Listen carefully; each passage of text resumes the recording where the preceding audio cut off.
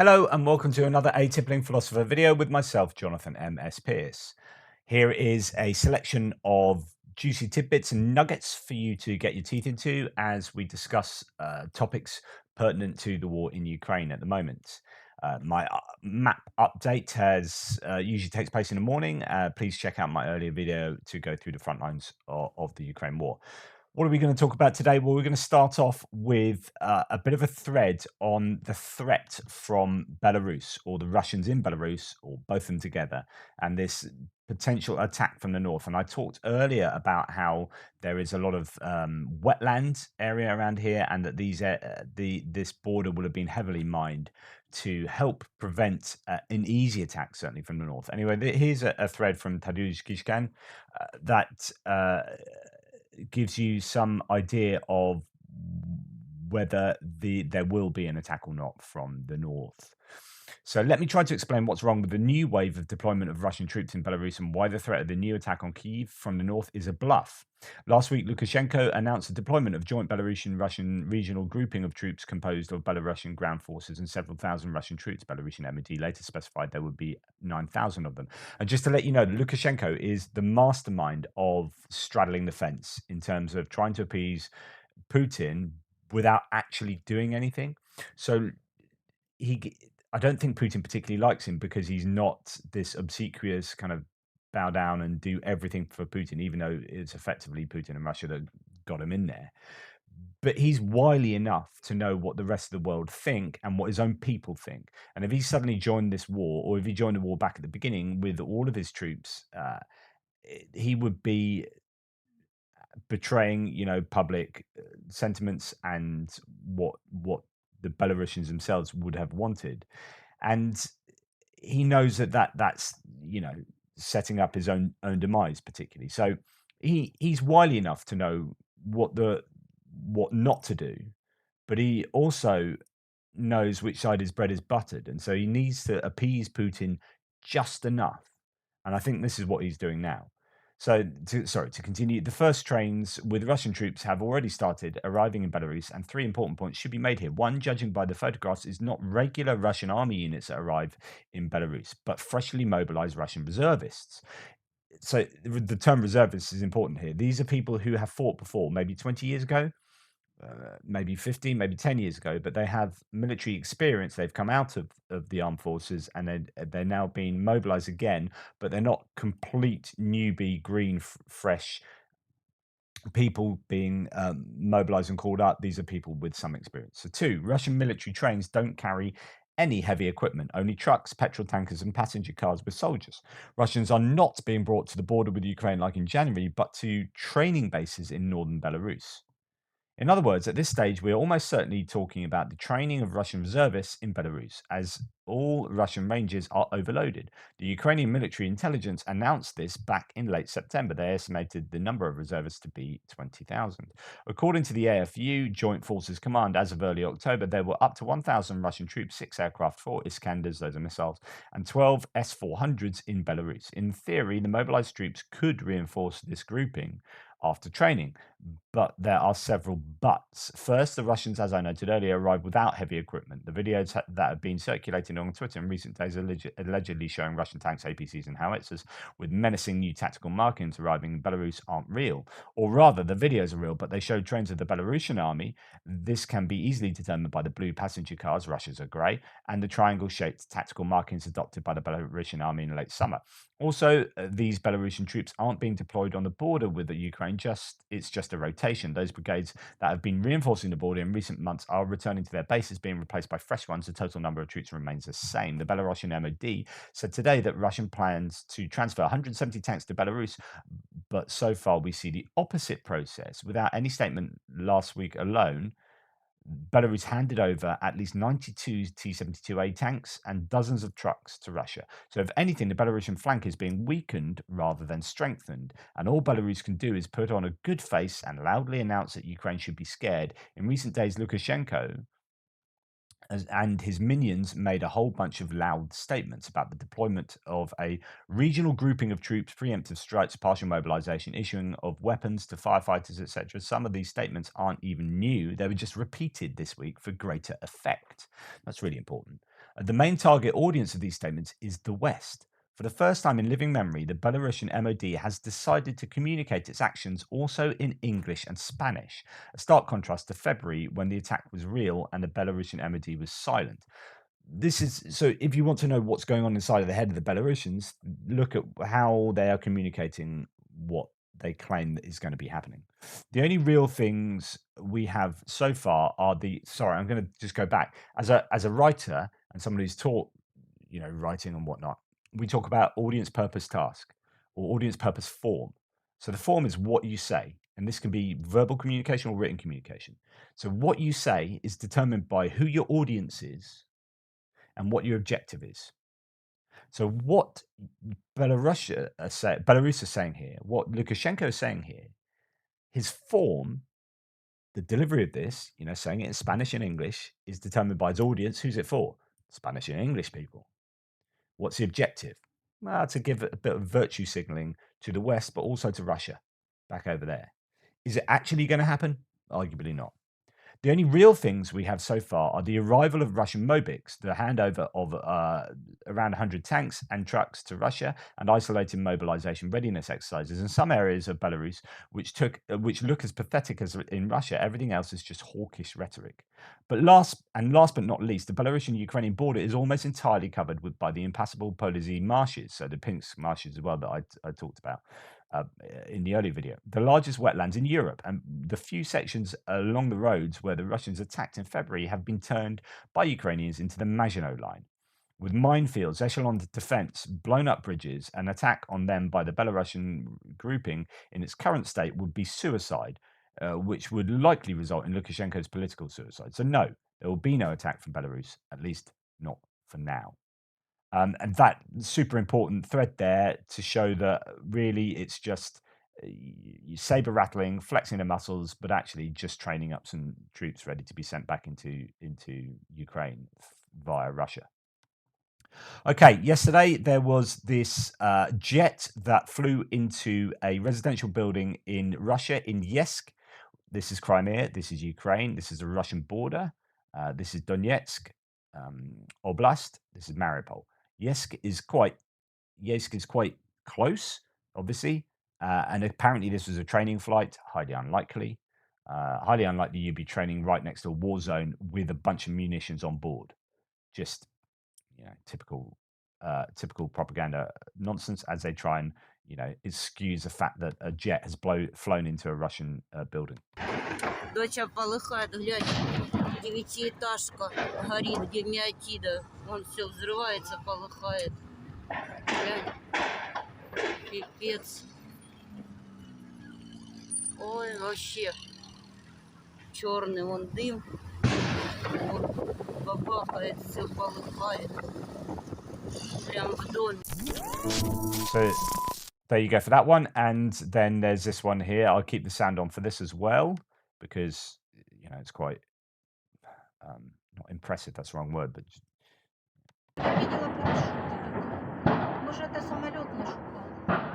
gives you a sense of what's happening. All these munitions going off.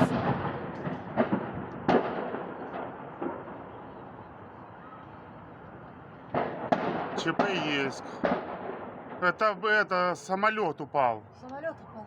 Да. Ну я поняла, потому что парашют я видела. Так там же, блядь, ракеты, ёб твою мать, там люди. Написали, да, что Да и какой? Кружит вот второй. And so it goes on. Those are all munitions from the plane going off, one would assume, and emergency services aren't going to go near that for the time being. While that was happening, obviously that's been and gone now, 20 hours ago.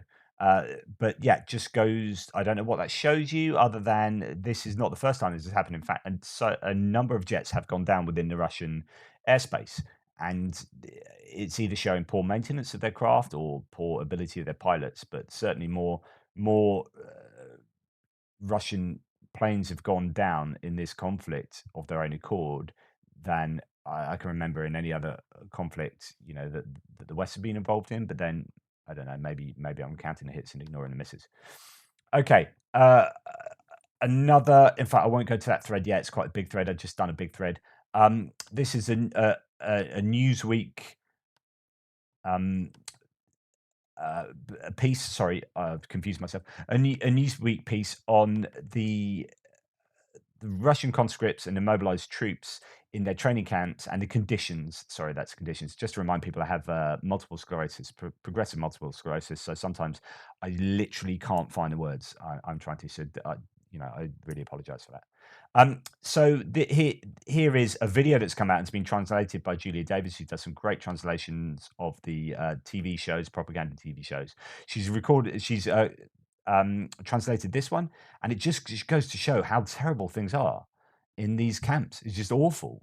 As it's just a whole series of having your stuff stolen, and you can only survive if you steal things, and it's just pretty horrible. So here it is. Check it out. Ни кроссовок, ни тактики нету. Вон я сейчас вот в Уставке хожу. Куда нас переселили, так сказать? Шатер, все, видео, фотки, я тебе потом скину. Сейчас, подожди, заду. Это все хантыйцы. Все наши пацаны. Сами трупы ищем, сами потому что по-другому никак не получится. Вот это вот располага. Чтобы ты понимал, сегодня мы спали с одной буржуйкой. На такую располагу, одну буржуйку, она не поможет. Сам слышишь, какой у меня голос. So all those people in that large tent with its pathways that they're still trying to build up, he's got no shoes. He's got no tactical boots, no trainers, nothing. He walks around in socks, and think of how boggy and freezing it's going to be now.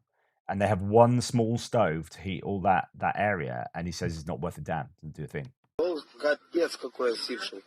Половина попростывала пацанов. Я тебе сейчас фотки еще скину. На каких матрацах нас заставляли жить.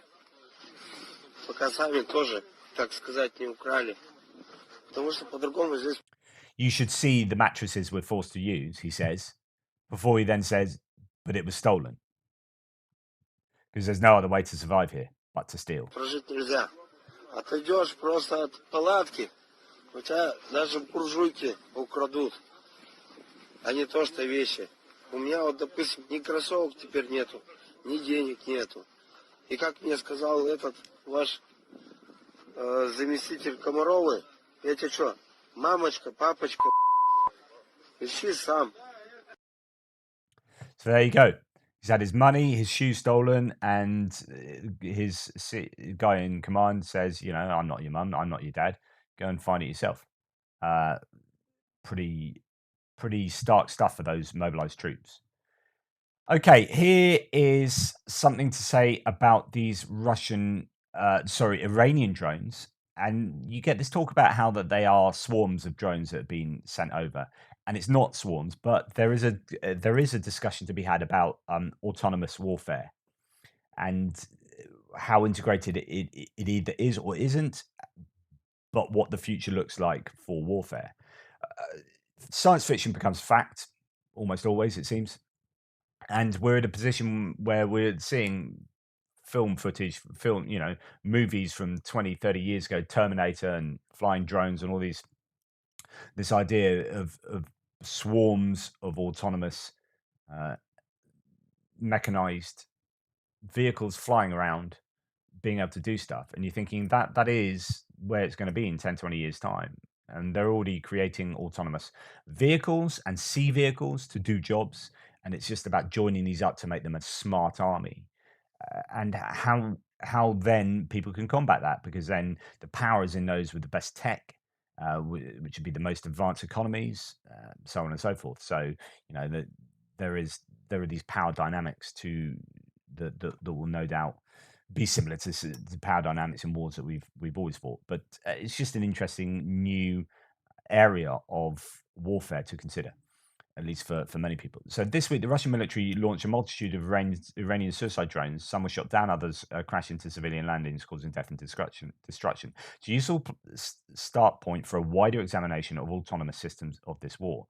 So they featured throughout this war, both sides employing dozens of military and civil aerial systems. But is not quite where you think it is yet. Back in 2018, Mick Ryan, who I'm referring to here, he produced a report on human machine teaming. A lot has changed since then. So in 4 years, things have come a long way, and there are 7 current trends with autonomous systems worth exploring. First, we have not seen a large-scale use of drones that many expected. Indeed, the use of dozens of Iranian drones over the past week has really been first mass use of these systems in the war. So mass usage of these systems is not swarms. Many reports from military institutions and think tanks over the past decade have forecast a wide-scale use of autonomous technologies on the battlefield. While we have seen them, we are yet to see their wide-scale multi-domain use. However, they have provided their utility across a range of lethal and non-lethal missions in Ukraine. We should expect to see further proliferation after this war. They are too cheap, too available, and too capable for military institutions to ignore. Second, there has been a wide-scale use of commercial autonomous systems to supplement the missions undertaken by military-grade systems. So this is where both Russia and Ukraine have been using commercial off-the-shelf drones, or COTS drones. As some commercial drones have been used for recon and surveillance, others have been fitted with small munitions such as mortar bombs and 40mm grenades for dropping on the enemy from above. And there's been these sort of videos that have been going around for a long time showing how the ingenuity of some of these sort of fighters in creating mechanisms that allow them to just drop normal hand grenades from a drone and to cause problems from above. While useful, these are going to be less effective as counter-drone technologies proliferate and military institutions think through the full range of implications of integrated human-machine learning. Third, counter-autonomy has been a lagging capability, so they're behind, as you would expect. New technologies come around, and then you are often behind on creating new technologies to counter that new technology. That must change. Despite early warning in multiple open source and classified resources about the future use of autonomous systems, counter-autonomy has not kept up with deployment of autonomous systems. And I guess, to me, that's pretty obvious. It's going to be that way around. This was a topic explored by the US Defense Science Board in 2020. They have a report available if you want to check it out. While a range of electromagnetic and kinetic solutions are now available, these will need to be supplemented with other new systems that bring down the cost of counter-autonomy operations for military organizations. In effect, we need a new generation of counter-autonomy systems that are cheaper to purchase and deploy widely than it is to purchase and deploy the autonomous systems they defend against. They might be a future cost imposition capability, which is to say that these counter-autonomous system technology just needs to be cheap. It needs to be as cheap as possible, because otherwise you won't be able to afford to defend yourself against the autonomous systems. And that's just the wrong way around. As this article defines, and swarms are multiple unmanned platforms and or weapons deployed to accomplish a shared objective, with the platforms and or weapons autonomously altering their behavior based on communication with one another. I'm not aware of any reports of such a capability being deployed on either side yet in this war. Fifth, autonomy has been restricted almost entirely to the air domain, while the Russians have deployed remote-controlled mine-clearing robots. That is about it for non-air domain autonomy in this war. Given the Russian claims of developing several uncrewed combat ground vehicles over the past decade, this probably indicates that these are immature and unreliable. It's doubtful that the Russians have not used them due to ethical concerns. So they will not have used them just because they're not very good at the moment. Finally, the term integration is potentially an over-exaggeration in the military application of autonomous systems in Ukraine. Drones are being used by human operators, and these systems have some autonomy. We're not yet to see widespread integration of autonomous systems across the domains in the tactics of either belligerent. Autonomous systems are still a low-density capability in military organizations. However, and this is kind of the key, the ratio of humans to robots will flip in the near future. Our warfighting concepts and training approaches will need to evolve to ensure that we are able to best be able to exploit lethal and non-lethal autonomy across all domains. So these things are changing, and we are probably, this war is the first glimpse into what might be a possibility going forward, even though they're not there yet. But this will certainly be a testing ground for an awful lot of stuff. There's probably kit that's being tested that you just won't know about, being battle tested for future development. Okay, so moving off that, let's just show you a random video. Why show you this? Well, actually, because it just shows you the mud. Yeah, they've captured a multiple rocket launch system. MLRS, multiple launch rocket system. And that's, fantastic for the Ukrainians, but just it's the amount of mud. Look at those stuck wheels, the amount of Rasputitsa, and also the frost-covered ground there. So not only are both sides going to be dealing with very deep, oftentimes impenetrable mud, or unable to traverse it, but also the freezing cold that's going to affect your comfort at night, and illness and all sorts of stuff. So there you go. As far as drones are concerned, just to return to drones, it seems to me, and this is just me looking at anecdotal evidence, that the Russians are hitting surface-to-air missile installations of the Ukrainians more with their loitering munitions. It's just like they found loitering munitions. It's suddenly a thing.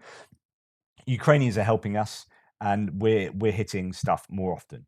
And there we go. Here's another surface-to-air missile installation hit. Although it's not been properly destroyed, it might only be damaged.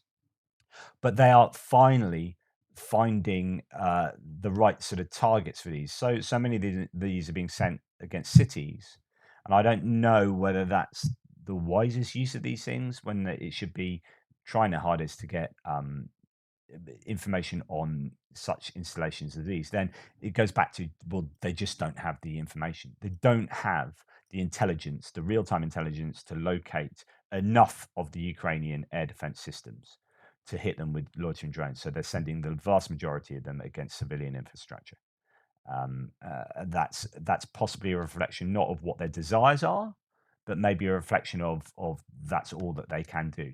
So I just want to give another little snippet of Ukraine the Latest podcast talking about drones here. This guy's on 1.25 times speed. Apologies, but it just gets it through quicker from my video. If you're listening to me on speed, so to speak, you might need to slow down for this guy. Anyway, this is just a chat about the Iranian drones, and very useful to hear. I'll make a calculation for the Russians. Thanks, Francis. Joe, I know you want to come in a little bit on this as well. Yeah, so I'll kind of introduce the technology a little bit more, because it's something I wrote about it in the last few weeks. Because they played a part, and Ukraine announced, or not this Monday's attack, but last Monday's attack. They played a large part, and we've heard from Ukraine every day since that they are blowing 20, 30, 40, 50 of these things out of the sky. Zelensky to G7 leaders basically said that these things were being launched every 5-10 minutes as part of kind of targeting civilian infrastructure. But what we do know is the Russian use of these weapons shows kind of proves the fact. It's what Western kind of intelligence sources have been telling us, and Ukraine has been telling us for the last few months, is that Russia is running low on precision long-range weaponry. So these precision missiles, whether they be cruise missiles or other sort of high-tech drones that can fly more than once. And say these drones, they're described as kamikaze or suicide because they can literally only fly once. You launch them up, they use a commercial GPS locator to actually track their target, and they can hover above the target for, I believe, 5 hours before basically hunting it down, waiting to strike, and then they'll plunge in, blowing itself up, basically.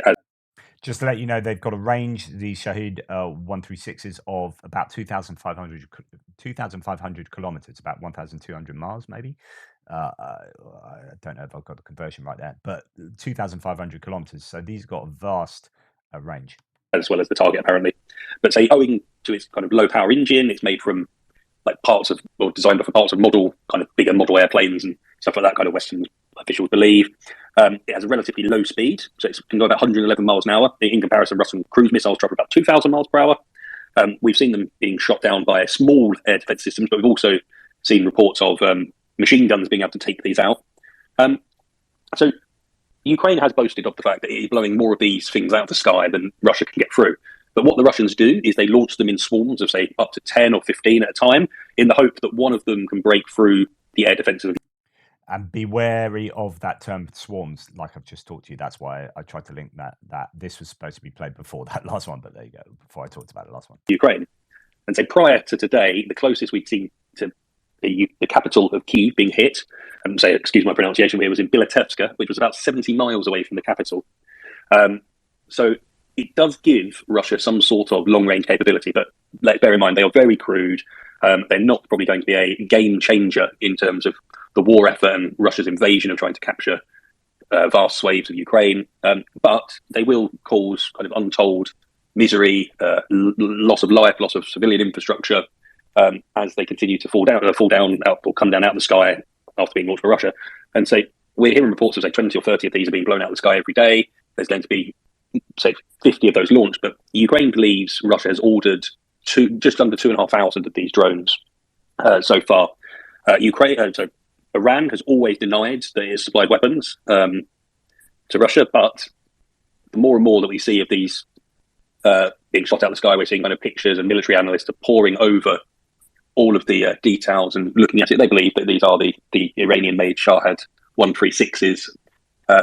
And yeah, it's, as Francis said, it's a big turning point in terms of the geopolitical context of the war and outside of Ukraine. But inside of Ukraine, they're unlikely to have a great effect on the war. And I'll stop there. If I could just And there you go. So these are Iranian. In fact, I reported on this weeks ago that there have been people monitoring cargo planes going from Iran to Russia, and where there'd be like just a couple now and again in previous time, like a year ago. Now there's just shed loads. I think I can't remember what the numbers were, but in the same time there'd normally be 3. There was like 40 or something like that. But in other words, there'd been a steady stream of cargo planes going from Iran to Russia. Why is that? What's that full of? Almost certainly these drones. And the last thing I'm going to tell you, I'm basically going to assert this because I'm not going to play you the whole video. Go and watch this whole video. This is by Stoic Finance, and it will detail how Russians are claiming, and some analysts claim, that Russia are doing okay with their oil and gas, and they're still making a profit, and so therefore they've still got a shed load of money coming in, and that's all great. But actually, it's not sustainable, and it covers up a whole bunch of problems that are underneath the hood, underneath the bonnet, in the operation of the engine room of Russia's economy. It is teetering on the edge, and it is, according to these guys, about to collapse.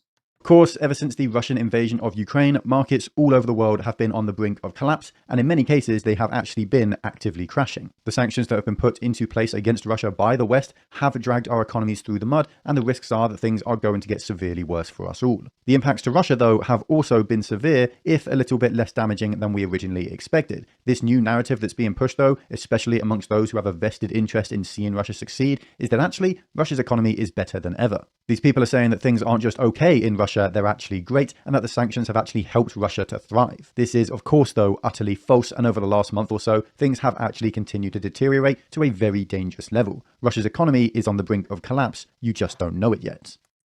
Okay, and he goes on to explain why, and to look at particularly the oil and gas industries, but also the airline industry and lots of other things. Well worth looking at. I'll put the link in the description. That is just going to be another huge component of this war, and a massive worry for the Kremlin, one would think, and Putin's sustainability as a leader. Now, China are teetering on the brink, and they have been for a long time. A lot to do with the housing market, a lot to do with all sorts. So there are all these. In fact, the whole world is likely to go into a recession. And if it goes into recession, and they talk a lot about this, if the world goes into the recession, the first thing that drops is oil and gas price, particularly oil price. It will plummet. And that means that those profits that Russia are making still on, even though they're reduced profits because they happen to sell that oil to India and China, those profits will be massively hit. And that is basically the sole income that Russia has. So all its eggs are in kind of one basket, and it looks like Russia will be collapsing anytime soon. They've done a few things to artificially inflate stuff, and to their central bank has been quite active in propping up the ruble and whatnot. But yeah, things are not looking good for Russia long term. Anyway, there you go. Thank you so much for your support. Thanks for hanging out. Please like, subscribe, share. Take care, and I will see you tomorrow. Toodle pips.